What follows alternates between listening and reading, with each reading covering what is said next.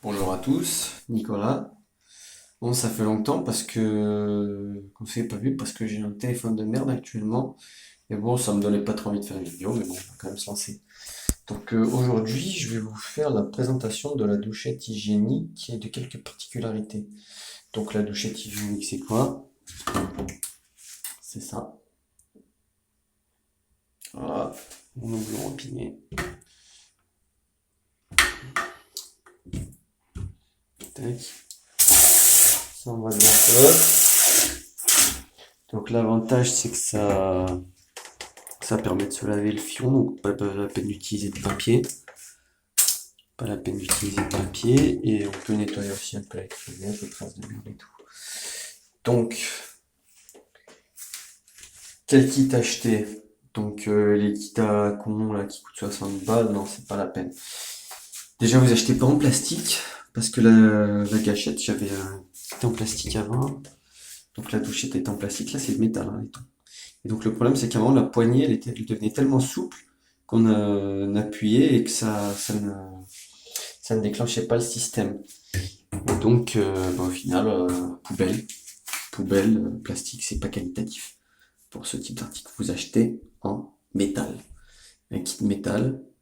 Et, qu'est-ce que je voulais dire moi déjà? Ah oui, un kit métal. Parce que c'est qualitatif. Et pas la peine de mettre 60 balles, de prendre des kits qui coûtent la peau du cul. Vous prenez un kit. Celui-là, par exemple, je crois que je l'ai payé. Oh, si je dis pas de conneries, j'ai dû le payer 30 balles. Donc c'est pas super cher quoi.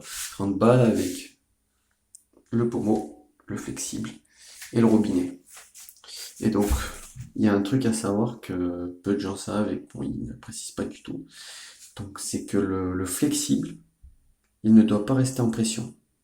Pourquoi? Parce que le flexible, c'est un flexible de douche qu'ils fournissent. Donc, à part si vous mettez un flexible, comment ça s'appelle, un flexible inox, mais bon, amusez-vous.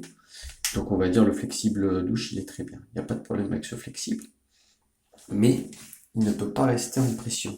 Donc, ce qu'il faut faire, c'est quand on ouvre l'eau, tac, on utilise la douchette, un peu plus, tac, tac, on l'utilise, on referme le robinet, tac, et on purge, on retire la pression qu'il y avait dans le flexible. Sinon, ce qui va se passer, c'est que vous allez changer le flexible tous les mois, voire toutes les semaines, quoi. C'est vraiment quelque chose qui n'est pas fait pour être en pression. Celui-là, je l'ai depuis plus d'un an, dites-vous. Le flexible, il est toujours nickel, il n'y a jamais eu d'emmerde, parce que je purge toujours à la fin. Après, il y a un truc aussi qui est très mal foutu, c'est sur la petite vanne qu'on va voir. Donc pourquoi moi j'en ai deux? Pourquoi moi j'en ai deux?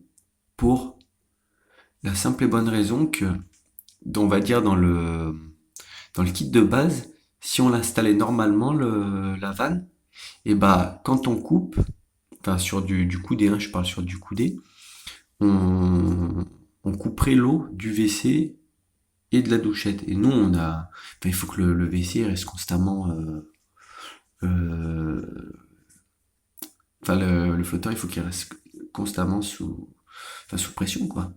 Donc ce qui s'est passé, c'est que quand il est en droit, on va dire si vous l'avez directement droit, c'est nickel. Si vous arrivez, vous avez un robinet droit sur votre installation existante, c'est bon, vous le mettez directement comme ça, il n'y a aucun problème. Mais si vous êtes d'équerre, l'idéal, c'est comment ça s'appelle, vous remplacez, vous mettez ça. Mais par contre, on va dire là, voilà, je serais d'équerre, donc l'eau elle arriverait d'ici par mon flexible, ça irait comme ça, il n'y a pas de problème. Pardon, ouais, ça serait l'arrivée d'eau sur mon flexible, l'eau elle irait comme ça, elle ferait le cheminement là et là. Et donc celle-là, on va dire, il faudrait la laisser constamment ouverte et rajouter un deuxième robinet ici. Comme ça, vous pouvez fermer l'eau de la douchette. Et donc, comme vous l'avez fermé, donc c'est pour vous garder votre flexible et ça va tenir longtemps. Donc voilà, si vous avez suivi mes conseils, normalement, vous ne devriez pas avoir d'emmerde, ça devrait résister dans le temps et voilà quoi. Bon bah je vous fais une grosse bise et je vous dis à la prochaine. Ciao.